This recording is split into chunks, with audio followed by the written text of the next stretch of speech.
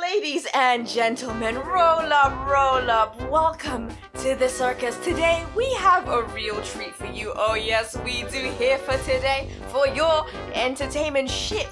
All the way from Nepal, we have for you a real life clown. Man was on her Goodreads, and according to Goodreads, just until like 12 hours ago at 4 in the morning, I had only read one book. And that was Six of Crows. I mean, well, I've read 2 books now. Don't mean to brag, you know, it's now plural. Yeah, it only took me like a whole ass 7 months to read Six of Crows. How long? Because I remember starting this book last year.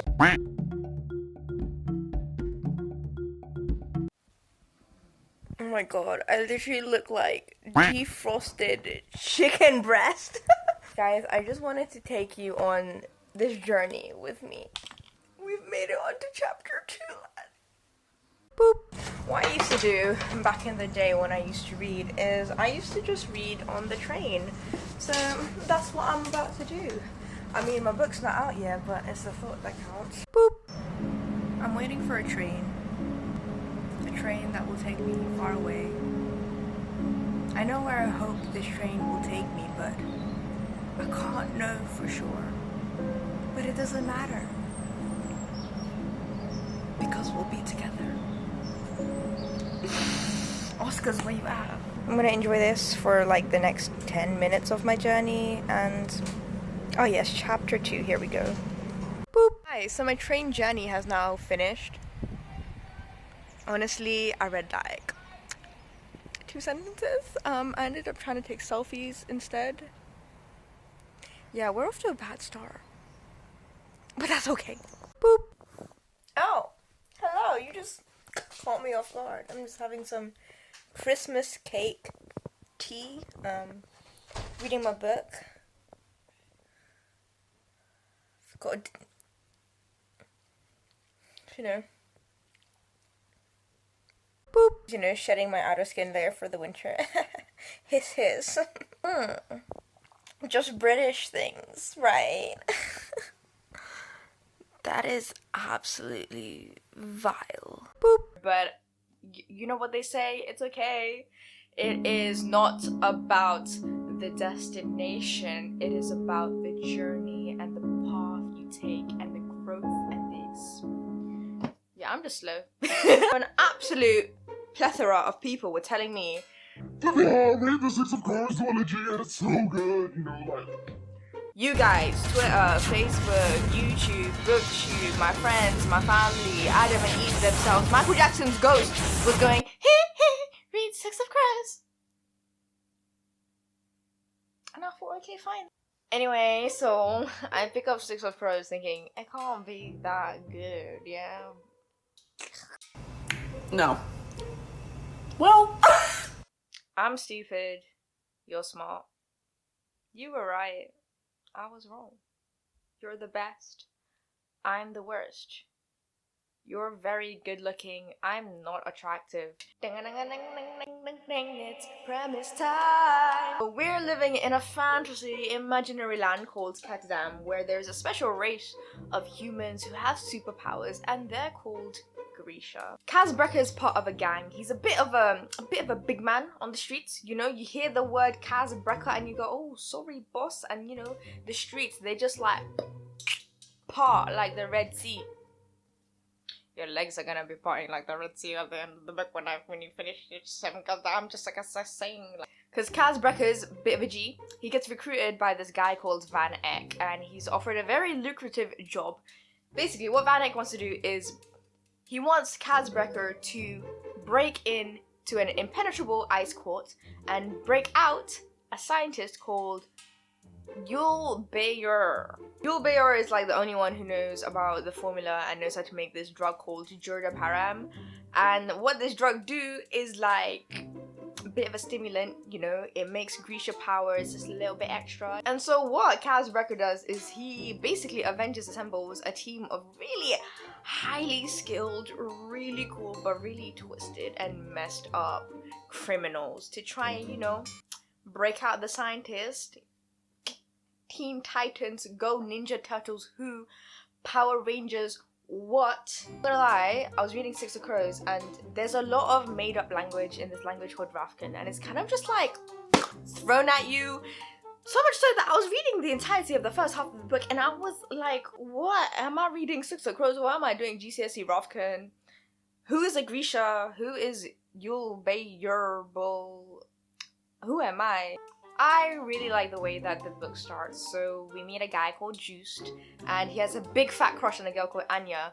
So he's like, Anya, my love, where are you? but she's been taken away because she's indentured to this guy called Hode. Hode? Hode? That sounds fake. Hode. You a Hode. Is he a Hode?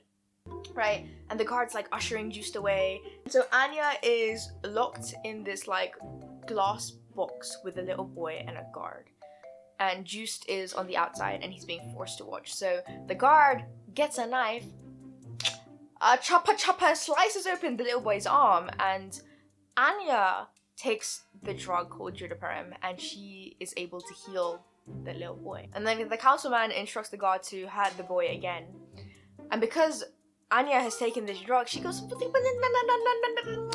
naughty, not on my watch. So she kind of gets into the mind of the guard and she gets into the mind of Hode and she makes him break off his own thumb, and you are like, ooh. And we never see these characters again, but it kind of sets up the dynamic of this whole world in terms of like, we get to see why this drug is so powerful and sort of the way that the world is structured in terms of enslavement, trade, and ownership. The book's fantasy, right? But a lot of the issues that Leigh Bardugo incorporates into the novel aren't. I mentioned BREKKER, he's one of the main Gs. You start off the book thinking, okay, BREKKER, dark, highly skilled, very moody, very mysterious, probably a Byronic hero. I kind of see where this character trait is going. In the first part of the book, he full out rips out a man's eyeballs and you're like, how am I meant to stand a man who is so violent and so motivated by monetary gain? But you kind of understand his backstory and you kind of understand what makes him tick. And by the end of the novel, you're like, BREKKER, what I would do for you to rip out my eyeballs. And I think the main selling point of this book is the characters. Because in the beginning, you kind of hit with all these people. Like, okay, who is Nina, my bisexual curvy queen, who is also a Grisha and she can like control people's organs or something. Who is Inej, this like human ghost who can wield a knife, who can cut your throats, who can also climb, and you're just kind of like, ooh, Inej, will you climb me? We have Jesper, gambler, sarcastic king, greatest shooter, and then Wylan. Some novels are like, I don't even care about the main point of view or the main protagonist that I'm supposed to be rooting for. How are you gonna make me care about 6 people? But I think what Leigh does is that you really get into their mind, you get into their psyche, and you find out their past and what makes them the way that they are. So for example, BREKKER, you kind of like, Kaz, my boy, why are you wearing a Michael Jackson glove? Are you so hardened at the age of 17? Why do you recoil at the thought and touch of skin-to-skin contact? Basically, why are you built like that? Like in the beginning, you kind of like just thrown into plot, and like the characters kind of like thrown at you, and you're like, who is this? What is going on? I like it because she carefully constructs each chapter so that as the plot is driving forward, you find out something that's relevant to what makes the plot drive forward, if that makes sense. So you find out a bit of the backstory, and then you find out, oh, so this is why they're taking this sort of proportion, this is why they're moving in this way, this is why they're feeling in this way. Backstory here, but you also get backstory in this one, and it's like, babes, is this a competition to see who has the worst life? Boop. My childhood was messed up. No, my childhood was messed up. No, my childhood was messed up. No, but like, I worked in a brothel. Well, my dad never loved me, and he hired for me to be killed. I have daddy issues. Yeah, well, I used my brother's dead body to stop me from drowning. Boop. One of their first mission is to go into this prison and break out this guy called Matthias. And Matthias is like an ex-soldier, so he's been trained his entire life to kill Grisha specifically. In certain parts of the world, Grisha are kind of seen as like dangerous. They're kind of seen as like a little bit booky. They need to assemble Matthias because he's the only one who actually has experience of the ice core, which they're trying to break into. But, ooh, plot twist, we have a Grisha on the team called Nina, and Matthias is someone who is meant to kill Grisha, so you know, big yikes. We have daddy issues. That's not so weird. I mean, like, in the book, but also trauma is involved, PTSD, disabilities, enslavement, like sexual assault, and there's just so many topics that she touches upon, and the relationship between Matthias and Nina kind of reminds me of this, like, Nazi-esque thing. It kind of echoes what we see in a society in terms of, like, class and racial differences. It's about that, but it's also about, like, healing. Okay, not just, like, in terms of, like, the Grisha superpower way. Healing, like, internally as well. Past is an integral part of why you are the way you are. It shapes how you might think and how you might react to things. But it's also about being able to wield your past and being able to go past your fears. Because these people are like 16, 17, okay? They're really young, but they've had such a shit childhood that they've kind of had to grow to be hardened by that. And I don't think that's that uncommon, especially in the world that we live in. You see people in like war zones, you see people in other countries, you see people on the streets that they've had to grow up because they've had to deal with so much shit in their life. Because they're broken, but they're hopeful for a better future. I was looking at the symbolism, so like, what does a crow mean? What is a 6 of crow? And I find out that 6 crows symbolize like a thievery or a robbery, which makes sense because, you know, they're trying to steal the scientists, trying to steal Matthias, trying to steal people's money, also trying to steal my heart. And I really like it because the world that she builds is like built upon the economics of trade. It's barter, it's gain, it's gambling,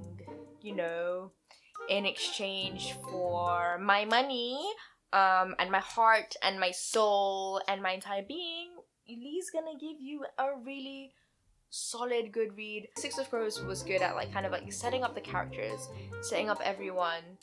Plot wise, it was a little bit slow, and at times the heist was a little bit like, yeah, okay, whatever, but I kind of was more invested into the people. And then Crooked Kingdom comes along and bitch slaps you in the face and it's like, You wanted a sequel, I'm gonna give you a sequel. and there's a lot more action in this one, but you also have a lot of tragic stories upon tragedy, and you're like, can I handle this? Incredibly solid. 4.3, 4.5, 4.6, I dare say. So it's around the really high end range either way. It didn't make me cry, but I think that's only because it took me like a year to read both of them. You know, got such a solid good books. What else gonna get me out of my reading slump? I think a bit of Gal Online, bit of a Jake Paul. You gotta want it. I really don't know what to read next. If y'all have recommendations, please hit your girl up. But I don't know who my favorite character is. I don't know what your opinions are on that, because part of me wants to say Inej, part of me wants to say Nina, part of me wants to say Kaz, but I can't decide. I don't know what your favorite scene was, because I can't decide on what my...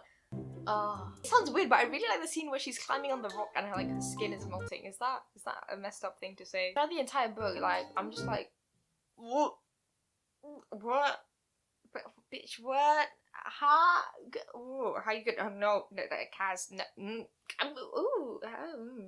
Anyway, your girl's gonna go now. Peace out. Thank you for watching this video. Yeah, like, comment, subscribe for more clownery. Boop.